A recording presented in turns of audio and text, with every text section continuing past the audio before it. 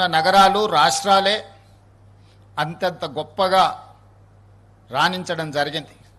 ఆర్థిక అభివృద్ధి జరిగింది.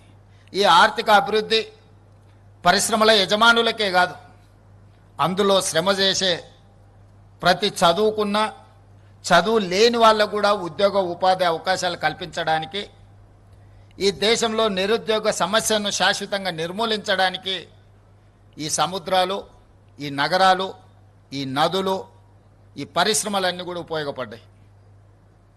భారతదేశంలోని 29 రాష్ట్రాలలో సముద్రపు ఒడ్డు లేని ఏకైక రాష్ట్రం తెలంగాణ రాష్ట్రం.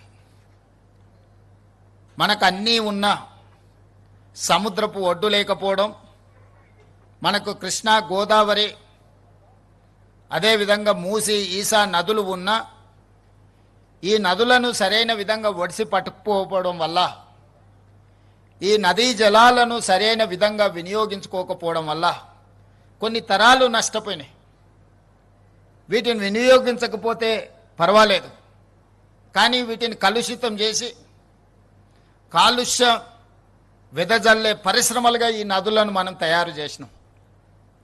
ఇది ప్రకృతి వల్ల జరిగింది కాదు, ఇది ప్రజల వల్ల జరిగిన తప్పిదం, ఇది మానవ తప్పిదం.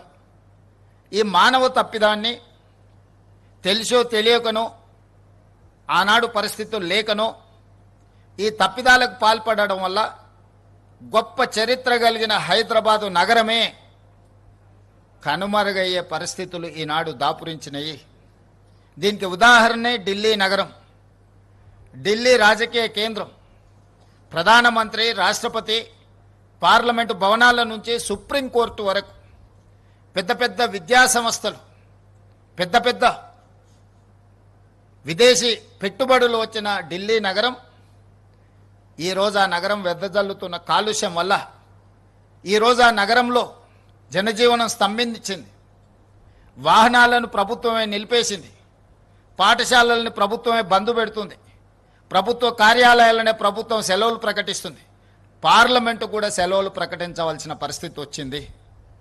నేను ఒక్కటే అడుగుతున్న ఈ ప్రాంత ప్రజాప్రతినిధులను, ఢిల్లీ నగరంలో ప్రధానమంత్రి, రాష్ట్రపతి ఉన్నా కాలుష్యాన్ని మనం సరైన సమయంలో నియంత్రించకపోవడం వల్ల యమునా నది కాలుష్యమై ఢిల్లీ నగరాన్ని కప్పేస్తుంటే, ప్రభుత్వ కార్యాలయాలన్నీ సెలవులు ప్రకటిస్తుంటే, అక్కడికి వచ్చిన పెట్టుబడులు ఇతర రాష్ట్రాలకు, ఇతర దేశాలకు తరలిపోతుంటే, ఆ నగరం నుంచి, ఆ నగరంతో వెదజల్లుతున్న కాలుష్యం నుంచి మనం ఏదైనా నేర్చుకోవాల్సిన అవసరం ఉన్నదా లేదా?